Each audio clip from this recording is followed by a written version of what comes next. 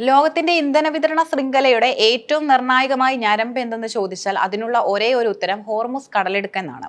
പശ്ചിമേഷ്യൻ മണ്ണിൽ കനലുകൾ ആളിക്കത്തുമ്പോൾ ലോകത്തിന്റെ ശ്രദ്ധ ഇപ്പോൾ കടലിന്റെ ആഴങ്ങളിലേക്ക് തിരിഞ്ഞിരിക്കുകയാണ്. ഇറാന്റെ പക്കലുള്ള അത്യാധുനിക നാവിക മൈനുകളായ മഹാം-3, മഹാം-7 എന്നീ പേർഷ്യൻ കടലിലെ പുതിയ ചർച്ചാവിഷയമായി മാറിക്കഴിഞ്ഞു.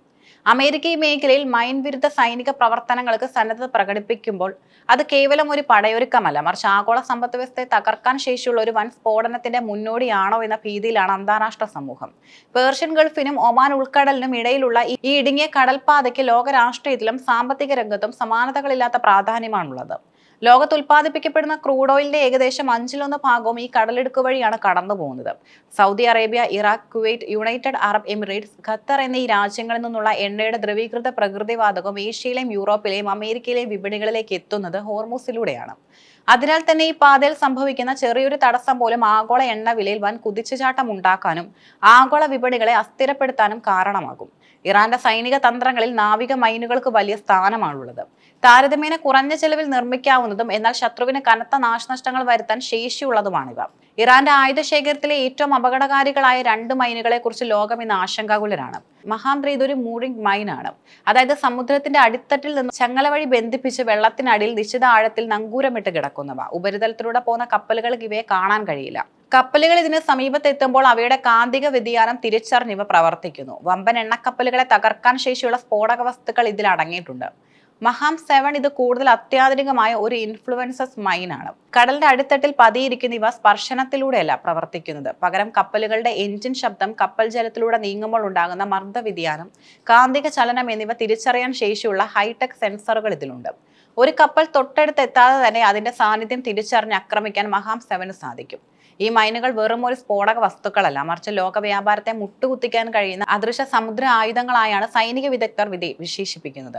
അമേരിക്കയുടെയും ഇസ്രയേലിന്റെയും ശക്തമായ നിരീക്ഷണ സംവിധാനങ്ങളെ മറികടക്കാൻ ഇറാന് പുതിയ തന്ത്രങ്ങൾ സ്വീകരിച്ചിട്ടുണ്ട്. വലിയ യുദ്ധക്കപ്പലുകൾക്ക് പകരം അതിവേഗം ബോട്ടുകൾ ഉപയോഗിച്ചാണ് ഇറാൻ മൈനുകൾ വിന്യസിക്കുന്നത്. റഡാറുകൾ പെടാതെ അതിവേഗം സഞ്ചരിക്കുന്ന ഈ ബോട്ടുകൾക്ക് രാത്രിയുടെ മറവിൽ കടലിലെ പ്രധാന പാതകളിൽ നിശബ്ദമായി മൈനുകൾ നിക്ഷേപിച്ച് പിൻവാങ്ങാൻ കഴിയും. ഹോർമുസിൽ എത്ര മൈനുകൾ ഇറാൻ വിന്യസിച്ചിട്ടുണ്ടെന്ന് ഇപ്പോഴും അവ്യക്തമാണ്. ഈ അനിശ്ചിതത്വം തന്നെയാണ് ഇൻഷുറൻസ് കമ്പനികളെയും കപ്പൽ ഉടമകളെയും കൂടുതൽ ഭീതിയിലാഴ്ത്തുന്നത്. ഹോർമുസ് കടലിടുക്ക് ഗതാഗത യോഗ്യമായി നിലനിർത്തുക എന്നത് അമേരിക്കയുടെയും വലിയൊരു നയതന്ത്ര ഉത്തരവാദിത്തമാണ്. ഇതിനായി അത്യാധുനിക മൈൻ സ്പീഡർ സംവിധാനങ്ങൾ അമേരിക്ക സജ്ജമാക്കിയിട്ടുണ്ട്. എന്നാൽ മൈൻ നീക്കം ചെയ്യാൻ എന്നത് ഒരു ചെറിയ ദൗത്യമല്ല. പഴയ രീതിയിലുള്ള മൈൻ സ്വീപ്പർ കപ്പലുകൾക്ക് പകരം വെള്ളത്തിനടിയിൽ പ്രവർത്തിക്കുന്ന ഡ്രോണുകൾ, സോണർ സംവിധാനങ്ങളിലുള്ള ഹെലികോപ്റ്ററുകൾ എന്നിവ അമേരിക്ക ഉപയോഗിക്കുന്നു. ഓരോ മൈനും കണ്ടെത്തി നിർവീര്യമാക്കാൻ മണിക്കൂറുകളോ ദിവസങ്ങളോ വേണ്ടിവരും. മൈൻ വേട്ടയിൽ ഏർപ്പെട്ടിരിക്കുന്ന സൈനികർ ഇറാന്റെ തീരത്തോട് പ്രവർത്തിക്കേണ്ടി വരും. ഇറാന്റെ മിസൈൽ ബാറ്ററികൾക്കും ഡ്രോൺ സ്ക്വാഡുകൾക്കും ഇവ എളുപ്പത്തിൽ ലക്ഷ്യമിടാൻ സാധിക്കും. മൈൻ നീക്കം ചെയ്യൽ പ്രവർത്തനം തന്നെ ഒരു നേരിട്ടുള്ള യുദ്ധമായി മാറാനുള്ള സാധ്യതയും ഇതിലുണ്ട്. ഹോർമുസ് കടലിടുക്ക് അടഞ്ഞു പോയാൽ അല്ലെങ്കിൽ അവിടുത്തെ ഗതാഗതം അപകടകരമായാൽ ഉണ്ടാകുന്ന ആഘാതം സങ്കല്പിക്കാവുന്നതിലും അപ്പുറമാണ്. സപ്ലൈ തടസ്സപ്പെടുന്നതോടെ ആഗോള വിപണിയിൽ എണ്ണവില ബാരലിന് $150-200 കുതിച്ചുയരാം. ഇത് ലോകമെമ്പാടും പണപ്പെരുപ്പത്തിനും ആവശ്യ വസ്തുക്കളുടെ വിലക്കയറ്റത്തിനും കാരണമാകും. യുദ്ധസാധ്യതയുള്ള മേഖലകളിൽ കപ്പൽ ഓടിക്കുന്നതിന് ഇൻഷുറൻസ് കമ്പനികൾ വൻതുക ഈടാക്കും. ഇത് ചരക്ക് കടത്തുകൂലി വർദ്ധിപ്പിക്കുകയും അന്താരാഷ്ട്ര വ്യാപാരത്തെ മന്ദഗതിയിലാക്കുകയും ചെയ്യും. ഇന്ധന ലഭ്യത കുറയുന്നതോടെ ഫാക്ടറികളുടെ പ്രവർത്തനം തടസ്സപ്പെടുകയും ഉൽപ്പാദന മേഖല സ്തംഭിക്കുകയും ചെയ്യും.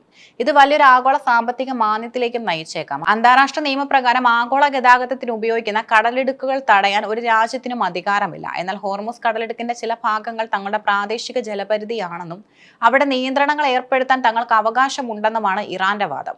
ഈ നിയമപരമായ തർക്കം വിഷയത്തെ കൂടുതൽ സങ്കീർണമാക്കുന്നു. അമേരിക്കയുടെ ഓരോ നീക്കത്തെയും തങ്ങളുടെ പരമാധികാരത്തിന്മേലുള്ള കടന്നുകയറ്റമായി ചിത്രീകരിക്കാനാണ് ഇറാൻ ശ്രമിക്കുന്നത്. ഹോർമുസ് കടലിടുക്ക് എന്ന് കേവലം ഒരു ജലപാതയല്ല, മറിച്ച് ലോകരാജ്യങ്ങളുടെ വിധി നിശ്ചയിക്കുന്ന ഒരു ടൈം ബോംബാണ്. കടലിന്റെ ആഴങ്ങളിൽ ഇറാൻ ഒളിപ്പിച്ചിരുന്ന മഹാമൈനുകൾ ആഗോള രാഷ്ട്രീയത്തിൽ ഏറ്റവും വലിയ അനിശ്ചിതത്വമായി നിലനിൽക്കുന്നു. അമേരിക്ക തന്റെ സർവ്വസന്നാഹങ്ങളുമായി മൈൻവേട്ടയ്ക്ക് ഇറങ്ങുമ്പോഴും അവരെ കാത്തിരിക്കുന്നത് കടലിനടിയിലെ സ്ഫോടക വസ്തുക്കൾ മാത്രമല്ല, ഇറാന്റെ അപ്രവചനീയമായ തന്ത്രങ്ങൾ കൂടിയാണ്. ഹോർമുസ് തുറക്കുമോ എന്നതിലുപരി ലോകം എത്ര വില കൊടുത്താണ് അത് തുറക്കുക എന്നതാണ് ഇന്നത്തെ പ്രധാന ചോദ്യം. ഒരു ചെറിയ പിഴവ് മതിയാകും ആഗോള തലത്തിൽ ഒരു വൻ ദുരന്തത്തിന് തിരികൊളുത്താൻ. ഹോർമുസിൽ ഇപ്പോൾ സഞ്ചരിക്കുന്നത് കേവലം കപ്പലുകളല്ല, മറിച്ച് കോടിക്കണക്കിന് ജനങ്ങളുടെ ജീവിതവും ഭാവിയുമാണ്. മിഡിൽ ഈസ്റ്റിലെ ഈ സമുദ്ര യുദ്ധതന്ത്രങ്ങൾ ലോകത്തെ എങ്ങോട്ടാണ് നയിക്കുന്നതെന്ന് വരും ദിവസങ്ങൾ തീരുമാനിക്കും. ആഗോള വിപണികളുടെ വിശ്വാസവും രാഷ്ട്രീയ ഭദ്രതയും ഇപ്പോൾ ഹോർമുസിൽ ആ നീല ജനത്തിനിടയിൽ നിശബ്ദമായി പതിയിരിക്കുകയാണ്.